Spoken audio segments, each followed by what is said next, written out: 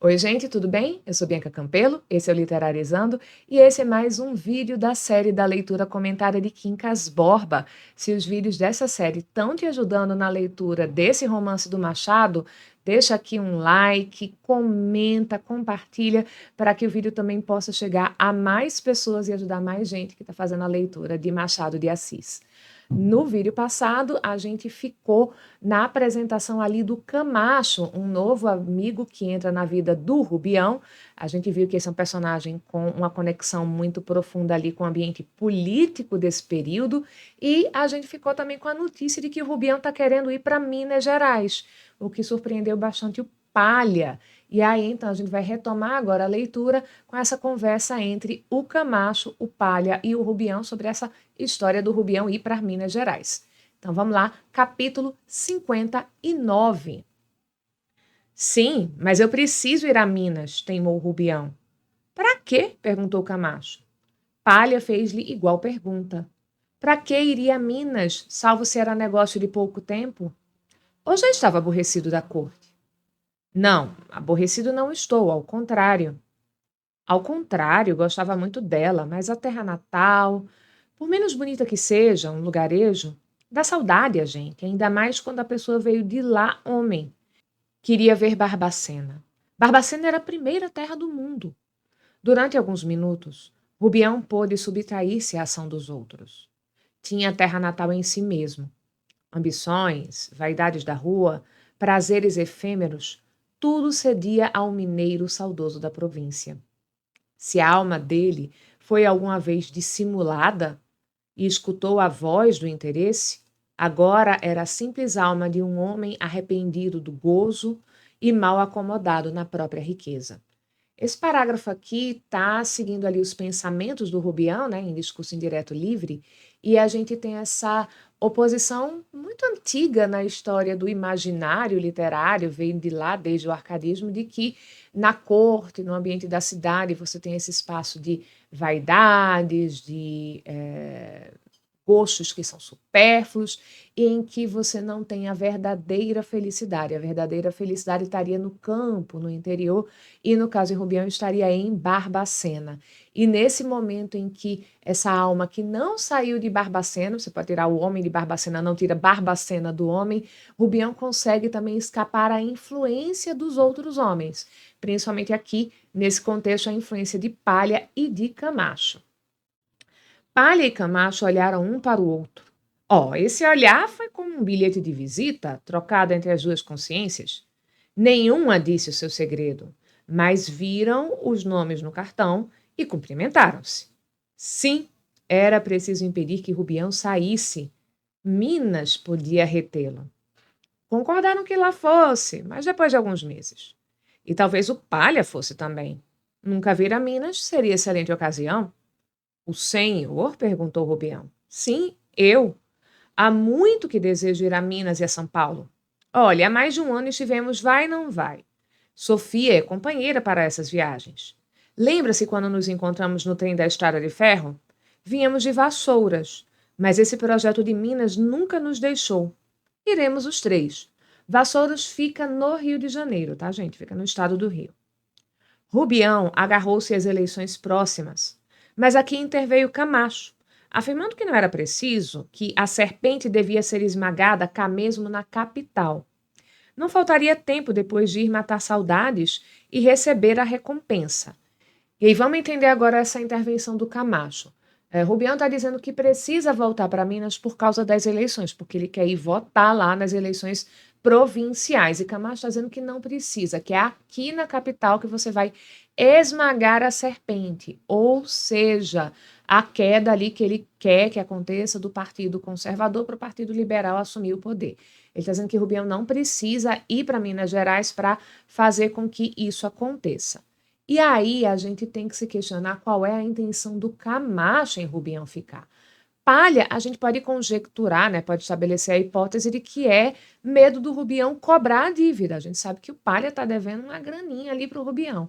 Mas qual será o interesse de Camacho? Tem alguma coisa, provavelmente, a ver com política. Mas se ele está dizendo que não é para o Rubião ir para Minas, será que ele quer que o Rubião concorra a um cargo político pelo Rio de Janeiro? Vamos ver. Rubião agitou-se no canapé. A recompensa era, com certeza, o diploma de deputado. Visão magnífica. Ambição que nunca teve quando era um pobre diabo. Ei-la, a visão, que o toma, que lhe aguça todos os apetites de grandeza e de glória. Entretanto, ainda insistiu por poucos dias de viagem, e, para ser exato, devo jurar que o fez sem desejo de que lhe aceitassem a proposta. Então, lembram aquela saudade da vida simples, fugir essa vida vã, inútil, vaidosa da corte? Acabou totalmente na cabeça do Rubião quando ele teve essa ideia de que a tal recompensa, quando ele deu esse significado de que a recompensa seria um diploma de deputado pelo Rio de Janeiro. Olha só. A lua então estava brilhante. A enseada, vista pelas janelas, apresentava aquele aspecto sedutor que nenhum carioca pode crer que existe em outra parte do mundo. A figura de Sofia passou ao longe na encosta do morro e diluiu-se no luar. A última sessão da Câmara, tumultuosa, ressoou aos ouvidos de Rubião. Camacho foi até a janela e voltou logo. Mas quantos dias? Perguntou ele. Isso é que não sei, mas poucos. Em todo caso, amanhã conversaremos. Camacho despediu-se. Palha ficou ainda alguns instantes para dizer-lhe que seria esquisito voltar a Minas sem que eles liquidassem as contas. Rubião interrompeu. Contas? Quem lhe pedia contas? Bem se vê que o senhor não é um homem de comércio, redarguiu Cristiano. Não sou, é verdade, mas as contas pagam-se quando se pode. Entre nós tem sido isso. Ou quem sabe? Seja franco, precisa de algum dinheiro? Não, não preciso. Obrigado. Tenho que propor um negócio, mas há de ser mais demoradamente. Vim vê-lo para não botar anúncios nos jornais. Desapareceu um amigo por nome Rubião, que tem um cachorro. Rubião gostou da facécia, da brincadeira. Palha saiu e ele foi acompanhá-lo até a esquina da rua Marquês de Abrantes. Ao despedir-se, prometeu visitá-lo em Santa Teresa antes de ir a Minas. Capítulo 60. Pobre Minas. O Bião voltou para casa sozinho, a passo lento, pensando no modo de lá não ir agora. E as palavras dos dois andavam-lhe no cérebro como peixinhos de ouro em globo de vidro, abaixo, acima, rutilantes, brilhantes. O globo de ouro é o aquáriozinho redondo. Pensei em dois peixinhos dourados num aquáriozinho redondo, e um sobe, outro desce, são as duas ideias ali que vieram do Camacho e do Palha na cabeça ali do Rubião. Aqui é que se deve esmagar a cabeça da cobra. Sofia é companheira para essas viagens. Pobre Minas. Então, quais são essas duas ideias que estão entretendo a cabeça do Rubião? A promessa do Camacho de que política se faz na corte, é lá que você vai esmagar a serpente, o Partido Conservador, e que Sofia vai a Minas em algum momento. A gente planeja ir para Minas, ela é companheira de viagem. Então, se ele retardar ali um pouquinho essa viagem, ele pode conseguir um cargo político na corte e ele pode conseguir ir viajar ao lado de Sofia. No dia seguinte, recebeu um jornal que nunca vira antes, a Atalaia. Atalaia, gente, é o nome de uma torre de vigia, tá? Você fica imaginando aí universo medieval? Então, bem antes de você ter certos castelos, você tem torres de vigia que tem algum sistema de comunicação, geralmente fogueiras, para avisar certas informações. Né? Você acende a fogueira para dar um alerta. A Atalaia é essa torre de vigia que fica um pouco mais distante de um castelo. O artigo editorial desancava o ministério, né? Criticava ferozmente o ministério. A conclusão, porém, estendia-se a todos os partidos e à nação inteira. Mergulhemos no Jordão constitucional. E aqui, olha só, a gente está recebendo a informação que o Rubião não tem. A gente, nós leitores, soubemos pelo narrador que o Camacho usa esse tipo de frase, que ele já usou isso em texto antes. Então a gente já sabe que a autoria é do Camacho, mas o Rubião não sabe. Rubião achou-o excelente, tratou de ver onde se imprimia a folha para assiná-la. Era na Rua da Ajuda. Lá foi, logo que saiu de casa. Lá soube que o redator era o doutor Camacho. Correu ao escritório dele. Então ele foi na sede do jornal, só que o Camacho não estava lá. E o Camacho é advogado, a gente sabe disso. Então ele foi para o escritório de advocacia do Camacho. Mas em caminho, na mesma rua, Deolindo! Deolindo! Bradou angustiadamente uma voz de mulher à porta de uma colchoaria. É uma indústria, uma loja de colchões, tá? Rubião ouviu o grito, voltou-se, viu o que era. Era um carro que descia e uma criança de 3 ou 4 anos que atravessava a rua. Os cavalos vinham quase em cima dela, por mais que o cocheiro os sofreasse. Rubião atirou-se aos cavalos e arrancou o menino ao perigo. A mãe, quando o recebeu das mãos do Rubião, não podia falar, estava pálida, trêmula. Algumas pessoas puseram-se a altercar, a discutir com o cocheiro, mas um homem calvo que vinha dentro ordenou-lhe que fosse andando. O cocheiro obedeceu. Assim, quando o pai, que estava no interior da colchoaria, veio fora, já o carro dobrava a esquina de São José. Ia quase morrendo, disse a mãe. Se não fosse este senhor, não sei o que seria do meu pobre filho. Era uma novidade no quarteirão. Vizinhos entravam a ver o que sucedera ao pequeno. Na rua, crianças e moleques espiavam pasmados.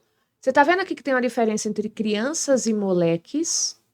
Por que tem algumas crianças que não são chamadas de crianças aqui? Porque moleque, gente, era uma expressão que se usava para escravizados, tá? Então, são crianças livres e são crianças que são escravizadas, tá? Meninos escravizados. A criança tinha apenas um arranhão no ombro esquerdo produzido pela queda. Não foi nada, disse Rubião. Em todo caso, não deixe o menino sair à nua. É muito pequenino. Obrigado, acudiu o pai. Mas onde está o seu chapéu? Rubião advertiu então que perdera o chapéu. Um rapazinho esfarrapado que o apanhara estava à porta da colchoaria, aguardando a ocasião de restituí-lo. Rubião deu-lhe uns cobres em recompensa, coisa em que o rapazinho não cuidara ao ir apanhar o chapéu. Ele não estava pensando em ganhar umas moedas, uma recompensa financeira quando foi pegar o chapéu. Não o apanhou senão para ter uma parte na glória e nos serviços. Entretanto, aceitou os cobres com prazer. Foi talvez a primeira ideia que lhe deram da venalidade das ações. Venalidade, gente, é a propriedade de uma coisa de ser vendável.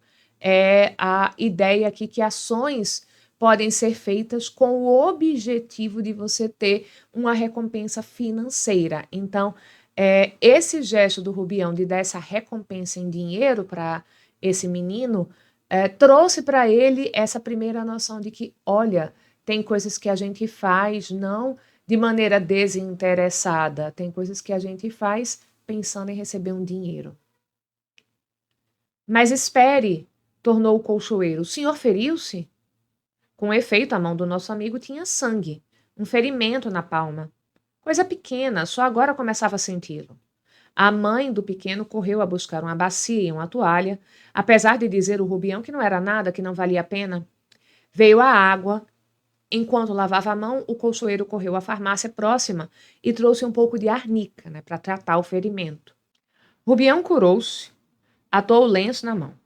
A mulher do colchoeiro escovou-lhe o chapéu, né, passou ali a escova para tirar a poeira do chapéu, e quando ele saiu, um e outro agradeceram-lhe muito o benefício da salvação do filho, um e outro o pai e a mãe. A outra gente que estava à porta e na calçada fez-lhe alas. Então, estava aquela galera aqui na frente, na saída da colchoaria, e quando ele vai saindo, ela vai abrindo ali duas alas de gente para o Rubião passar no meio. Ali o pessoal admirado, fazendo reconhecimento do gesto do Rubião. Essa cena, gente, lembra uma cena que tem lá em Memórias Póstumas de Brás Cubas, só que meio que ela está no polo oposto e no oposto também de situação social. O que acontece lá em Memórias Póstumas é que O Brás, em certo momento, está na juventude viajando em cima de uma mula, a mula se assusta, dispara, ele cai e começa a ser arrastado pelo pé que ficou ali preso no estribo. E aí vem um homem que estava de passagem ali e acode ele freando essa mula, né, parando esse animal, e aí o Brás se livra de se machucar muito seriamente ou até, quem sabe, de morrer, né? Se tivesse uma pedra grande, ele poderia se ferir na cabeça, podia até morrer. E aí, essa cena em Memórias Póstumas está sendo contada do ponto de vista do Brás Cubas e ela acontece no meio do nada, então ninguém está vendo a cena. A cena aqui, ela está sendo contada de um ponto de vista exterior, termina muitas vezes se colando ao ponto de vista do Rubião, mas aqui ela está bem de fora e ela está acontecendo num espaço social que tem muita gente em volta. E um ponto que é bem interessante é que o Brás, a primeira atitude que ele tem é de recompensar financeiramente o almocreve lá, o homem que o salvou. Mas enquanto ele está pensando em dar essa recompensa, ele vai tirando o valor da recompensa. E inclusive ele termina se arrependendo, dizendo que, não, ele agiu ali por instinto, não teve nada de heróico no que ele fez, e por isso eu não deveria dar dinheiro nenhum para ele. O fato do cara se arriscar, porque a mula poderia machucá-lo, para ele não significa nada, porque ele está acostumado a lidar com esses animais. Aqui no caso do Rubião, em nenhum momento existe esse esboço de que ele teria uma recompensa financeira. O que ele tem é a admiração sincera das pessoas, que são pessoas simples. Então, enquanto o Brás vai perdendo a admiração pelo gesto do almocreve, essas pessoas elas estão ali profundamente admiradas do gesto do Rubião. E você também tem essa troca aí da classe social. No Brás Cubas, o homem rico é que foi salvo.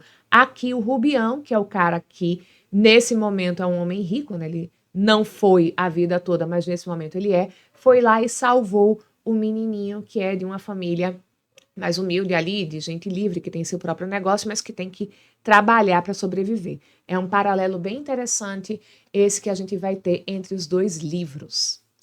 Capítulo 61. O que tem aí na mão? Inquiriu Camacho logo que Rubião entrou no escritório.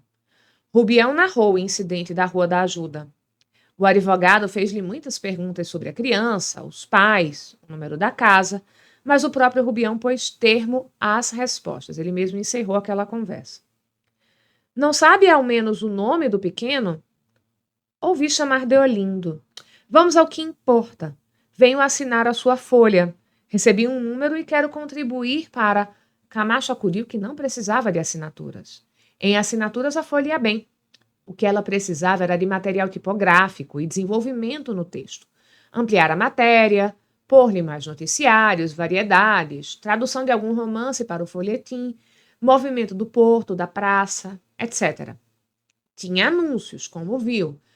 Essa história do ter anúncios é que, olha, a gente recebe ali algum dinheiro de anunciantes e a gente já tem dinheiro que está chegando pelas assinaturas. Mas o que esse jornal precisa não é de assinaturas, a gente precisa de material tipográfico para fazer mais tiragens. Nesse momento, as assinaturas e os anúncios estão segurando, mas a gente precisa de uma folha mais robusta, a gente precisa de volumes que tenham mais papel para a gente falar de mais assuntos, para a gente trazer uma tradução de um folhetim e aí sim expandir a venda sem ser por assinaturas. Sim, senhor. Rubião ali reconhecendo, eu vi que tem anúncios. Estou com capital quase subscrito. Bastam 10 pessoas e já somos 8, eu e mais 7. Faltam 2. Com mais 2 pessoas está completo o capital. Olha só. A gente não precisa de assinantes, a gente precisa de investidores. Será que é por isso que o Camacho não queria que o Rubião viajasse para Minas? Para que ele se torne um investidor no seu jornal? E não aquela ideia que o Rubião achou que seria de uma candidatura política? Bora ver. Quanto será? Pensou Rubião. Camacho batia com um canivete na beira da escrivaninha, calado, olhando as furtadelas para o outro, né? Olhando ali de rabo de olho, não está encarando de frente o Rubião nesse momento. Rubião passou uma vista à sala. Poucos móveis, alguns autos sobre o tamborete ao pé do advogado, né? Então, alguns processos judiciais são ali juntinho do Camacho. E estante com livros.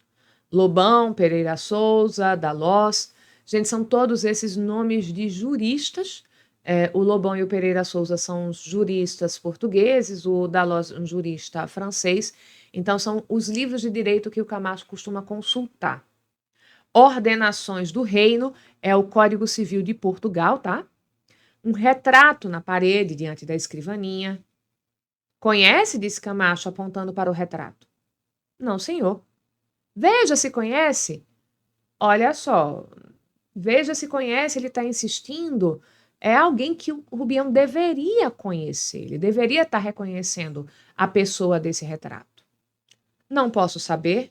Nunes Machado? Não, acudiu o ex-deputado, dando à cara um ar pesaroso. Não pude obter um bom retrato dele. Vendem-se aí umas litografias que me não parecem boas. Não, aquele é o Marquês. De Barbacena? Não, de Paraná. É o grande Marquês, meu particular amigo. Tentou conciliar os partidos e foi por isso que me achei com ele. Morreu cedo. A obra não pôde ir adiante. Hoje, se ele a quisesse, ter-me-ia contra si. Não, nada de conciliações. Guerra de morte. Havemos de destruí-los. Leia a Atalaia, meu bom companheiro de lutas, recebê-la-á em casa. Não, senhor. Por que não? O Biel baixou os olhos diante do nariz interrogativo do Camacho. Não, senhor, sou firme. Desejo ajudar os amigos. Receber a folha de graça. Mas se já lhe disse que de assinaturas vamos bem, retorquiu Camacho. Sim, senhor, mas não disse também que faltam 2 pessoas para o capital? 2, sim, temos 8. Quanto é o capital? O capital é de 50 contos, 5 por pessoa. Pois entro com 5. Camacho agradeceu-lhe em nome das ideias. Tinha a intenção de convidá-lo para entrar com eles. Era um direito adquirido pela convicção, pela fidelidade, pelo amor aos negócios públicos do seu recente amigo. Daqui a pouco eu vou te explicar quem são essas figuras políticas, mas deixa eu chamar a atenção aqui, gente, para essa bajulação do Camacho.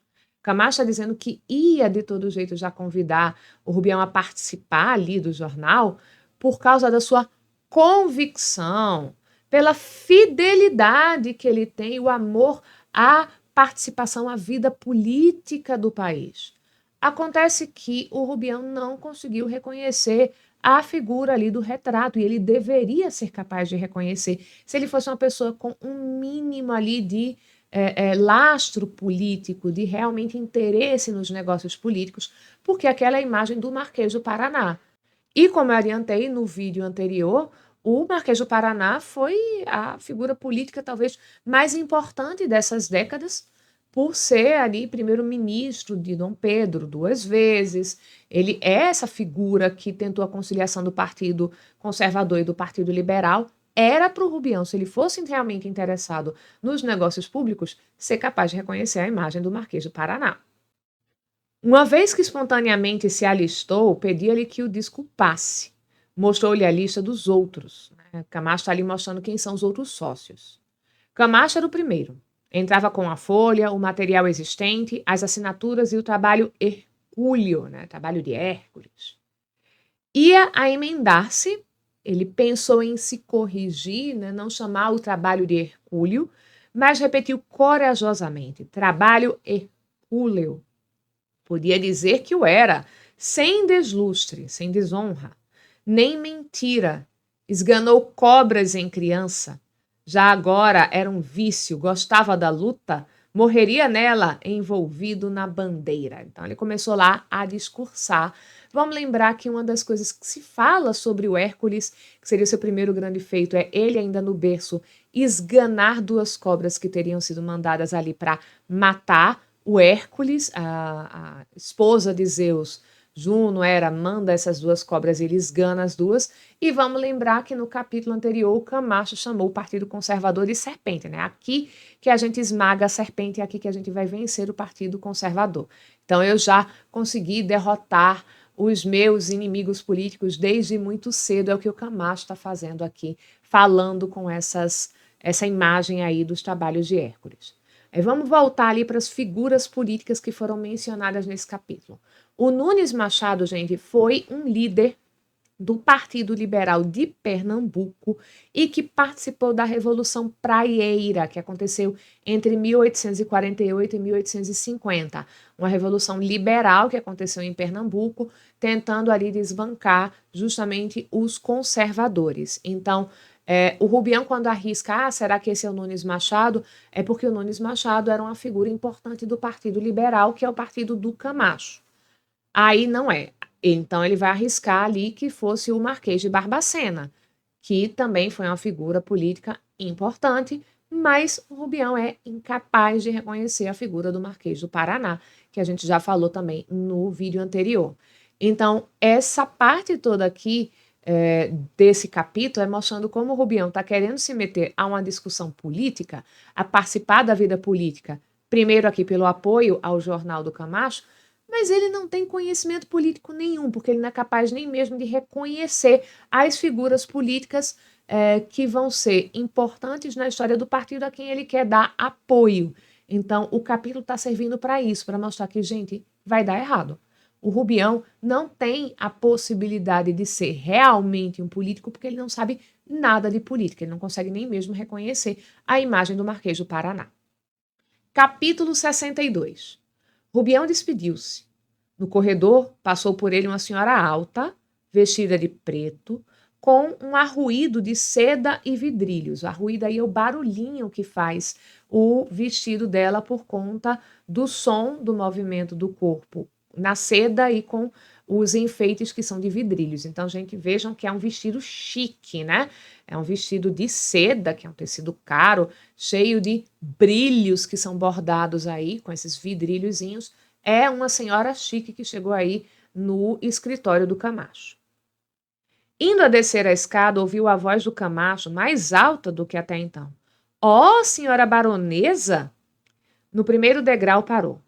A voz argentina da senhora começou a dizer as primeiras palavras. Era uma demanda. Então, ela está ali como uma cliente do advogado, ela tem uma demanda judicial. Voz argentina é uma voz de prata. E aí tente criar o que seria aí na sua imaginação uma voz de prata. Provavelmente uma voz cristalina, límpida, pura, como o som da prata batendo, como o reflexo ali da luz na prata. Baronesa. E o nosso Rubião ia descendo a custo de manso para não parecer que ficara ouvindo. O ar metia-lhe pelo nariz, acima, um aroma fino e raro, coisa de tontear. O aroma deixado por ela. Baronesa. Chegou à porta da rua, viu parado um cupé. Cupé, gente, é um tipo de carruagem, tá? É a carruagem mais chique desse período. Ela tem uma estrutura toda fechada de lado, é uma carruagem que precisa de 4 rodas. Vocês estão vendo aqui de lado uma imagem? Esse é um tipo de carruagem chamado caleça. Só que a caleça, ela é mais esportiva. Você vê que ela tem uma capota que é removível, o cupé não. É uma carruagem que ela tá ali toda estruturada, fechadinha, tem janela, tem portinha, tem um espaço para o cocheiro na frente e para um criado atrás que fica em pezinho. É uma coisa meio ali carruagem da Cinderela, que é toda fechadinha. Pronto, isso aí vai ser um cupé. O lacaio em pé na calçada, o cocheiro na almofada, olhando, fardados ambos. Que novidade podia haver em tudo isso? Nenhuma. Uma senhora titular, cheirosa e rica, talvez demandista para matar o tédio. Aqui o narrador está estabelecendo a possibilidade de ela ser uma mulher que, entediada ali da vida, fica querendo processar todo mundo, abrir processo para tudo. Mas o caso particular é que ele, Rubião, sem saber por quê, e apesar do seu próprio luxo, sentia-se o mesmo antigo professor de Barbacena. Ele se sentia inferiorizado aí nesse momento. Porque Me digam aí nos comentários o que é que vocês acham. Por que é que o Rubião se sente nesse momento aquele professor de Barbacena e não o capitalista que mora em Botafogo, que participa de política? Capítulo 63.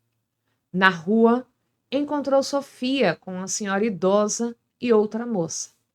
Não teve olhos para ver bem as feições dessas. Todo ele foi para Sofia. Falaram-se acanhadamente, 2 minutos apenas, e seguiram seu caminho.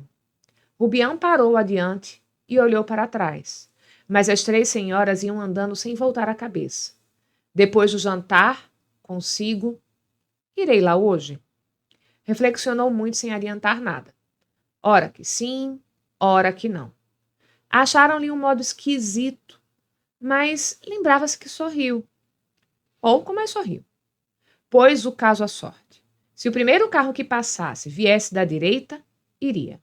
Se viesse da esquerda, não. E deixou-se estar na sala, no puff central, olhando. Veio logo um tílburi da esquerda. Estava dito, não ia a Santa Teresa. Mas aqui a consciência reagiu. Queria os próprios termos da proposta. Um carro. Tilbury não era carro.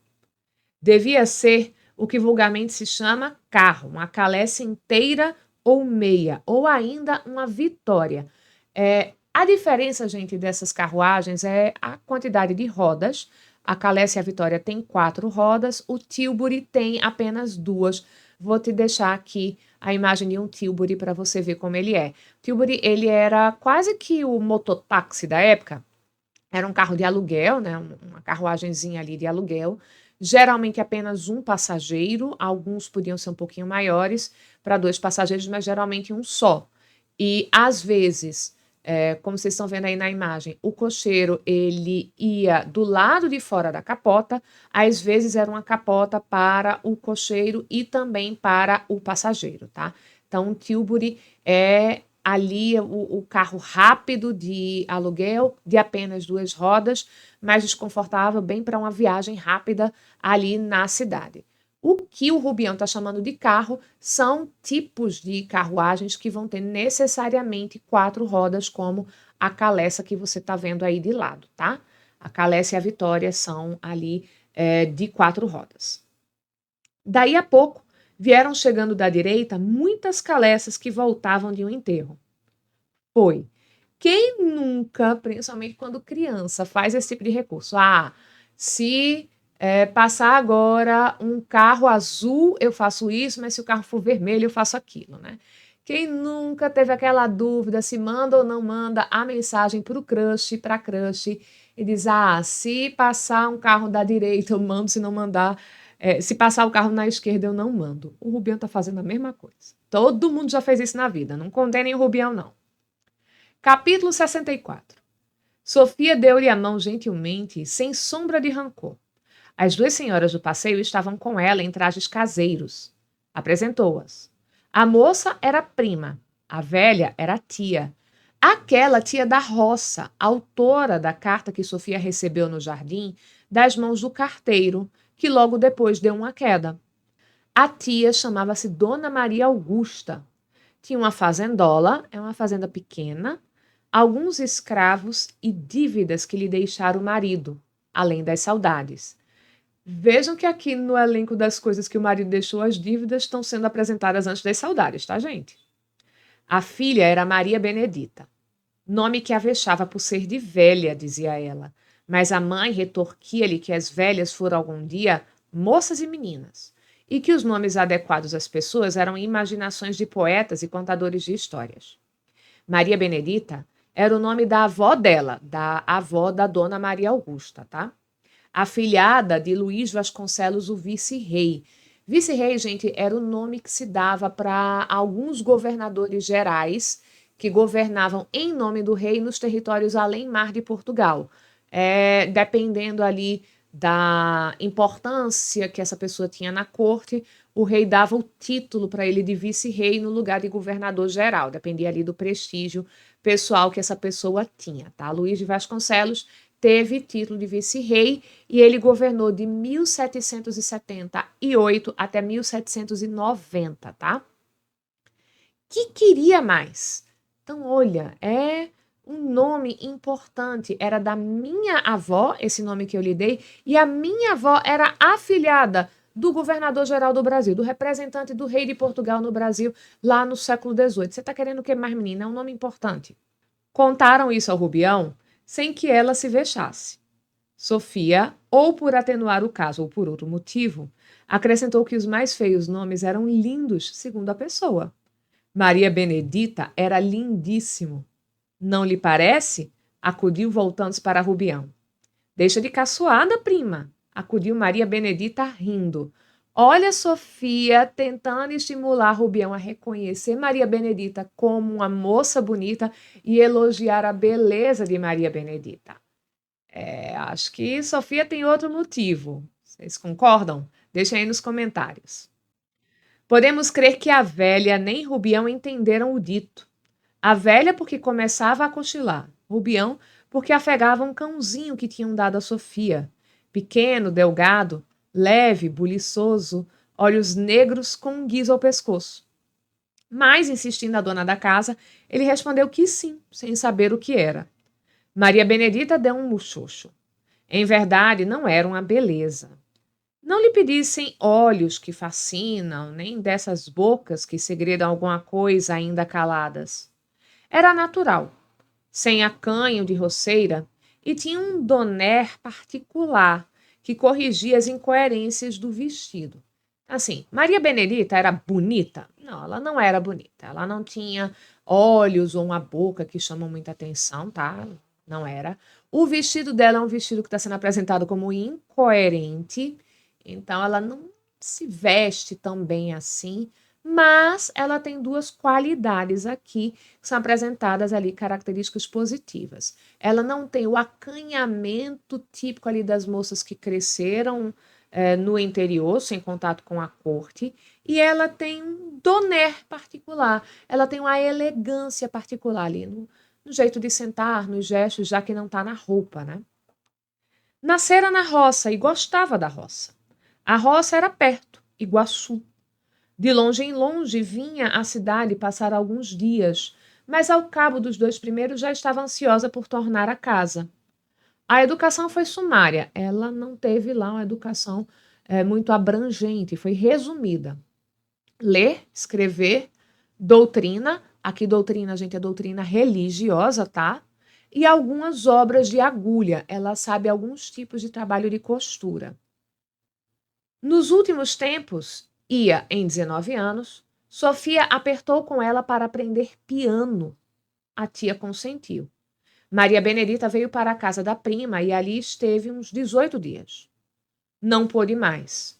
Doeram-lhe as saudades da mãe e voltou para a roça, deixando consternado o professor, que anunciou nela, desde os primeiros dias, um grande talento musical. Então, o professor ficou ali desolado. Não, gente, essa menina leva jeito, ela deveria aprender piano. Oh, sem dúvida, um grande talento. Maria Benedita riu-se quando a prima lhe contou isso e nunca mais pôde ver a sério o homem.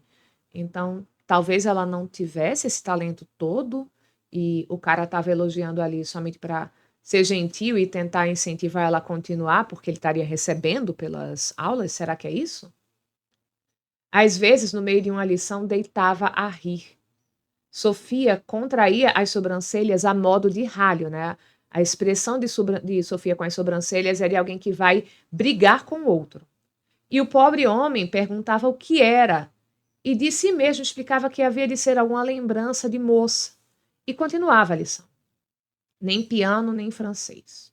Outra lacuna que Sofia mal podia desculpar. Dona Maria Augusta não compreendia a consternação da sobrinha. Para que francês? A sobrinha dizia-lhe que era indispensável para conversar, para ir às lojas, para ler um romance.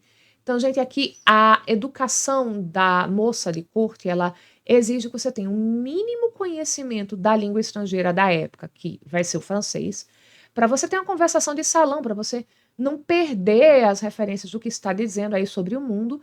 E você tem que ter um mínimo de conhecimento de piano para poder se apresentar ali. As pessoas pedem para as moças tocar nas reuniões e você ter esse essa mostra ali de um talentozinho artístico, como algo que vai ser comentado e que vai ser elogiado, para você ter ali essa vida da moça que recebe elogios e que pode, por isso, ter uma chance de um casamento mais sofisticado, com um partido, né, um noivo ali de melhor classe social, mais refinado. Sempre fui feliz sem francês, respondia a velha. E os meias-línguas da roça são a mesma coisa, não vivem pior que os crioulos. Então, aqui com esse termo que é pejorativo, a gente tem uma referência aos escravizados pretos, aqueles que não eram mestiços, tá? A vida deles, a vida dos meias-línguas, a vida dela, todo mundo vive bem na roça e ninguém precisa de uma segunda língua. As meias-línguas são as pessoas que não dominam o outro idioma, que falam mal, tá? Um dia acrescentou: nem por isso lhe hão de faltar noivos. Pode casar, já lhe disse que pode casar quando quiser, que eu também casei. E até deixar-me na roça, sozinha, morrer como uma besta velha. Mamãe, não tenha pena, é só aparecer o noivo. Em aparecendo, vá com ele e deixe-me ficar.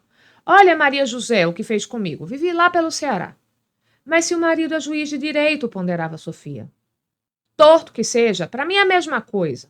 Cá fica o frangalho da velha. Casa, Maria Benedita, casa depressa. Eu morrerei com Deus. Não terei filhos, mas terei Nossa Senhora, que é mãe de todos. Casa, anda, casa. Toda essa rabugem era cálculo. Tinha em mira arredar a filha do matrimônio, excitando-lhe o terror e a piedade. Basicamente, ela é mal-humorada assim para fazer chantagem emocional e fazer Maria Benedita desistir de se casar, tá? Quando menos retardalho. Não creio que revelasse esse pecado ao confessor, nem que chegasse a entendê-lo. Era obra de um egoísmo idoso e melindroso. Dona Maria Augusta fora longamente querida, a mãe era doida por ela, o marido amou-a até o último dia com a mesma intensidade. Mortos ambos, todas as suas saudades filiais e matrimoniais foram postas na cabeça das duas filhas. Uma fugira-lhe, casando. Ameaçada da solidão, se a outra casasse também, Dona Maria Augusta fazia tudo o que podia por evitar o desastre. Então, Dona Maria Augusta, a gente vai fazer todo o possível para evitar que Dona Maria Benedita se case. E a gente tem aqui a introdução de uma nova personagem feminina, para quem a Sofia quer que o Rubião olhe vendo essa moça como uma moça muito bonita. Será que Sofia vai conseguir fazer com que o Rubião esqueça essa paixão e queira se casar com a Maria Benedita? E como é que isso vai ser recebido pela Dona Maria Augusta? O que é que vai acontecer nos próximos capítulos? A gente vai descobrindo na continuidade da leitura. Eu espero que esse vídeo tenha ajudado vocês. Um beijo e vejo vocês na próxima. Tchau, tchau.